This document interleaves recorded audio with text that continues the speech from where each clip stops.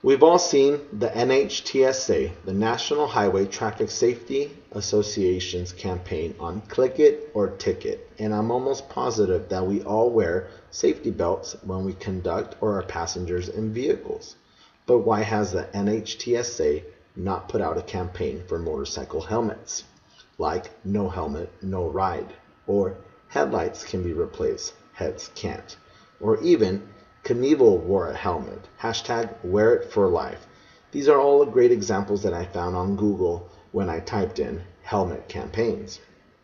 Now, about 5 years ago, I made my dream a reality and purchased my first motorcycle, a 2004 Harley-Davidson Dyna Lowrider, and I made the jump to become a biker.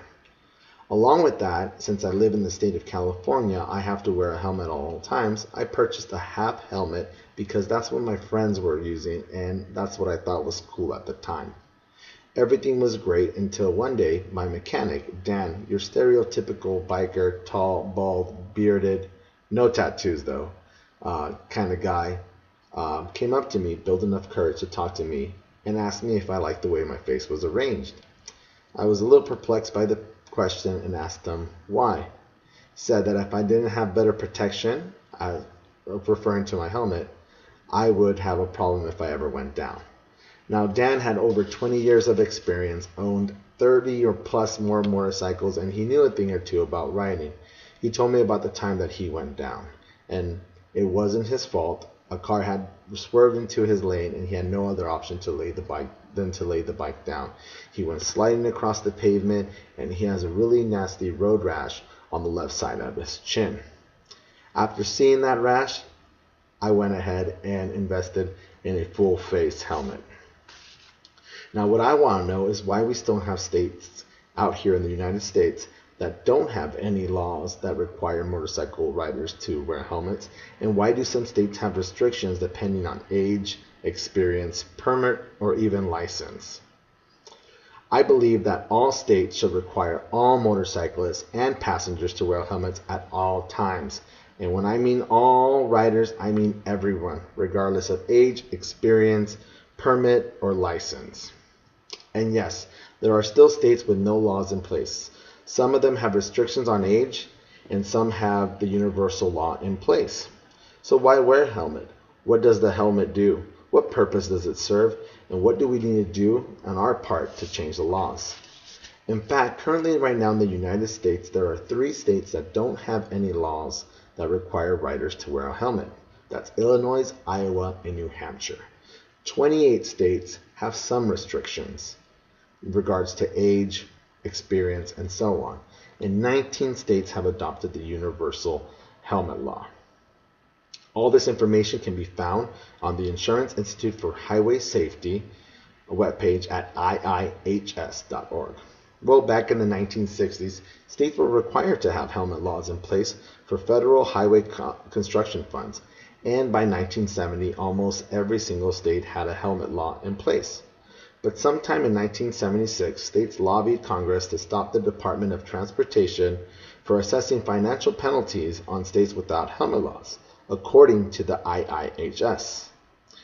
Now, why would states and people oppose helmet laws beats me, and why would anyone want to not wear a helmet fascinates me. Is it peer pressure? Is it because you want to look cool? Or is it just plain you don't care?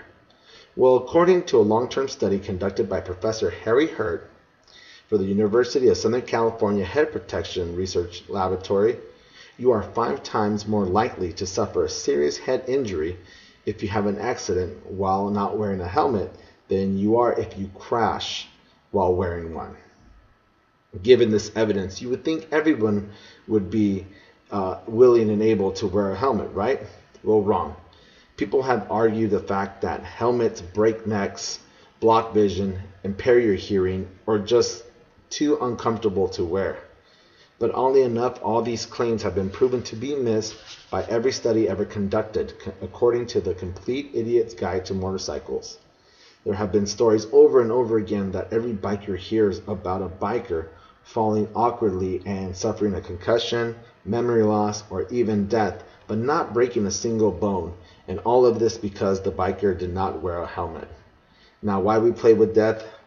is beyond me. Is it just to look cool? I don't think so. As for the 28 states that have restriction helmet laws, I believe they need to jump on board with the other 19 and adopt the universal law of helmets. I don't agree that age or experience should dictate whether or not you wear a helmet. For example, some states require anyone under the age of 18 or anyone under the age of 21. Other states have restrictions on whether you have a learner's permit or a license dictate whether you wear a helmet or not. I personally believe everyone should always be wearing a helmet. You never know when you're going to go down. Ask any real biker, anybody that's been riding for a while.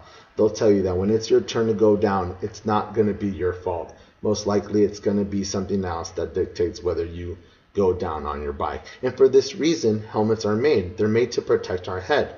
Now, helmets come in different sizes, shapes, and styles. We have half helmets, three-quarter helmets, modular, and full face. Like I stated in the beginning, I prefer the full face, cover everything. Now, helmets' job is to keep our head protected, and they do so from falls and impacts and even debris. They do this because they're made of a hard structure on the outside, either plastic or fiberglass, and that's where the initial impact or fall is going to be taken from. Now, all helmets are lined with either some sort of foam or polyester substance that helps absorb the shock of the impact or fall. And then the next lining is the comfortable lining that helps make the helmet very comfortable to wear. Along with this, all helmets have a retention system like a chin strap, but I do recommend trying on a helmet before purchasing. You want to make sure that your helmet is DOT, Department of Transportation approved. This means a helmet meets all the minimum safety standards, and nowadays helmets come in different shapes, sizes, colors, and styles, so everyone can find one that fits their style. What is the next step, you may ask? Well, we need to do our part in order to change the law, especially if you have a loved one or friend that rides without a helmet. Since this is a state law, you'll have to find your state senator and reach out to them.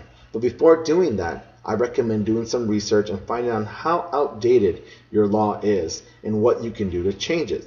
This will be helpful whenever you decide to write or call your senator to show them that you are passionate about this decision, especially if you live in Illinois, Iowa, and New Hampshire, where they don't require any helmet laws. Therefore, whatever your reason or excuse of not wearing a helmet is, you might want to think about your loved ones when they want you to come home safe or meet your destination. So if you live in any of these three states that don't have a law in place or a restriction, be the trendsetter. Start wearing a helmet. If you don't have one yet, go out and buy one as soon as possible. You know it's going to protect you and it's going to save your life. So finally, do me a favor and write or call your senator to see what you can do to change this law. So after all this, make sure you advocate to your friends and families to always wear a helmet, whether you're riding as a passenger or conducting a motorcycle. It is a good idea to have one on and do your part to change the trend. I will tell you that after doing this research paper, and my coworker who rides with me always wore a half helmet, he has now moved forward and purchased a full face helmet. And even though we're changing one person at a time, I feel that we're doing our part, and I've done my part in changing someone's life. So thank you.